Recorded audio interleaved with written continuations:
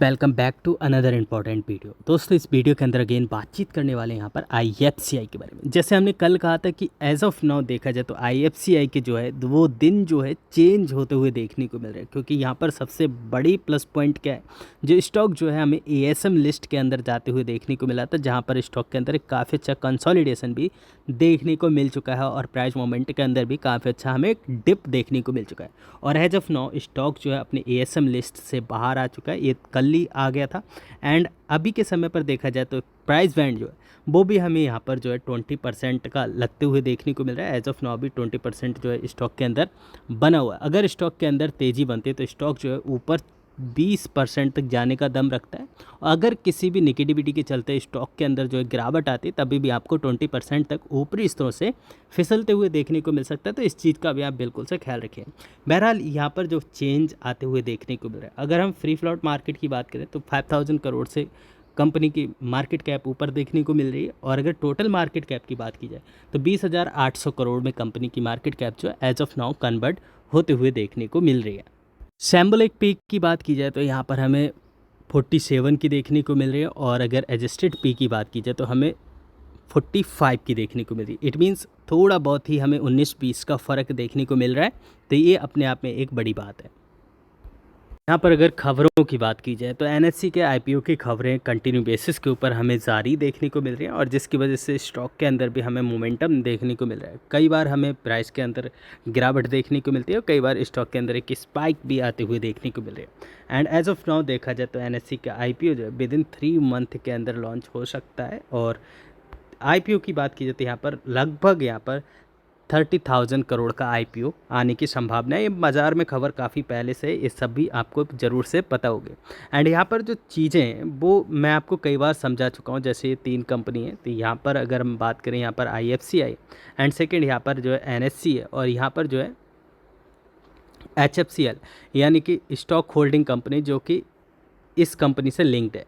And जो कि इस कंपनी के पास में जो कि एनएससी है, यहाँ पर 4.4% के स्टेक है। और यहाँ पर जो है ऑफर फॉर सेल भी आने वाली है। तो इस जगह से जो अल्टीमेट इनडायरेक्ट फ़ायदा है वो आईएफसीआई को मिलेगा। और ये चीज़ें मैंने अपनी प्रीवियस वीडियो में कई बार डिस्कस कर चुका हूँ। तो यहाँ पर अगर बात की जाए प्राइस मोमेंटम की, प्रीवियस वीडियो में भी हमने ये लेवल डिस्कस किए थे। यहाँ पर अगर ट्रेंड लाइन की बात की जाए या फिर हॉरिजॉन्टल सपोर्ट की बात की जाए तो ये जो लेवल है काफ़ी ज़्यादा क्रूशियल है, जहाँ पर एज ऑफ नाउ स्टॉक जो है ट्रेड करते हुए देखने को मिल रहा है। इस जगह पर जब तक स्टॉक है अनटिल ये स्टॉक 77 रुपीज़ से 76 रुपीज़ के पास में, इसके अंदर जो है अप ट्रेंड हमें बरकरार देखने को मिलेगा। और जो कि न्यूज़ यहाँ पर एनएससी से रिलेटेड कंटिन्यू बेसिस के ऊपर बाज़ारों के अंदर अवेलेबल है, और इसकी वजह से स्टॉक के अंदर जो मोमेंटम है हमें बरकरार देखने को मिलेगा। बहरहाल अगर कंपनी के फंडामेंटल की बात की जाए तो एक पीएससी स्टॉक है, गवर्नमेंट ओन कंपनी है। यहाँ पर जो Q&Q बेसिस की बात की जाए, यहाँ पर कंपनी के पास में कोई ख़ास अर्निंग हमें देखने को नहीं मिली। लास्ट क्वार्टर के अंदर भी अप्रॉक्सीमेटली हमें 55% का डिप देखने को मिला था। ये सारी चीज़ें बता के आपका मनोबल कम करना नहीं है दोस्तों, आपको एक सही डिसीजन लेने में आपको मदद मिल सके, ये सारी चीज़ें मैं पारदर्शिता से आपको बता देता हूँ। एंड एज ऑफ नाउ देखा जाए तो स्टॉक के अंदर जो चीज़ें बनी हुई हैं आज की डेट में, जहाँ पर स्टॉक ने ओपनिंग करी और उसके बाद से कंटिन्यू बेसिस के ऊपर हमें दबाव देखने को मिला था।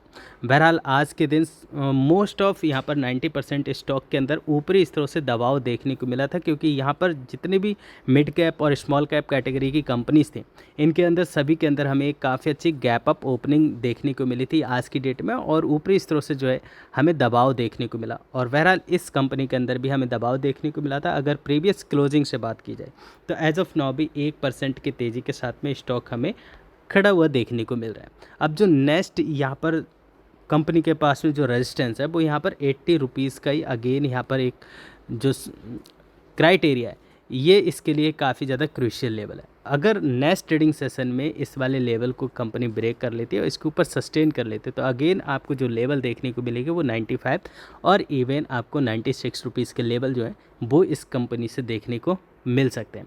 बहरहाल अगर किसी भी निगेटिविटी के चलते नेक्स्ट मंडे को यहाँ पर बाज़ार के अंदर अगर निगेटिविटी बढ़ती है तो स्टॉक सभी के अंदर यहाँ पर जो 90% स्टॉक्स हैं उनके अंदर आज के दिन हमें देखा गया कि ऊपरी स्तरों से जो प्रॉफिट बुकिंग है वो अगेन हमें देखने को मिल रही है।